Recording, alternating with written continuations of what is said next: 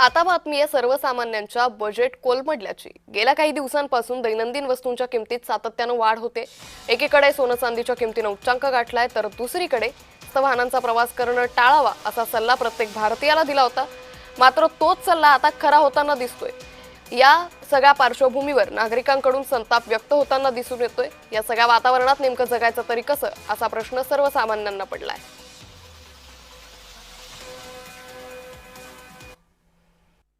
आम्हाला अचानक सकाळी माहिती पडलं आल्यानंतर कामावर 7 वाजता आल्यानंतर माहिती पडलं की डिझेलचं आणि पेट्रोलचं रेट वाढलेले आहेत। आम्हाला याची पहिली कल्पनाच नव्हती आलेली। रात्री काहीच नाही, काल भीड होती पण एवढी काही भीड नव्हती। 2-3 दिवस भीड होती पेट्रोल 103 रुपये तेवढाच होता। आधीच ऑइल आणि गॅसचं क्रायसिस चालू आहे आणि त्याच्यात आता दरवाढ म्हणजे नागरिकांची खूप हालत खराब होणार आहे।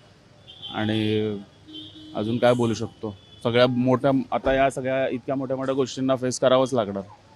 काय करू शकतो ना दुसरं, त्याच्यासाठी सरकारने पण थोडाफार स्टँड घेतला पाहिजे यामुळे। त्यामुळे सध्या दूध, पेट्रोल, डिझेल, सीएनजी, सोनं चांदी या सगळ्यांच्या दरामध्ये मोठी वाढ झाल्याचं पाहायला मिळतंय। त्यामुळे महागाईची मोठी झळ सध्या सर्वसामान्यांना सहन करावी लागते।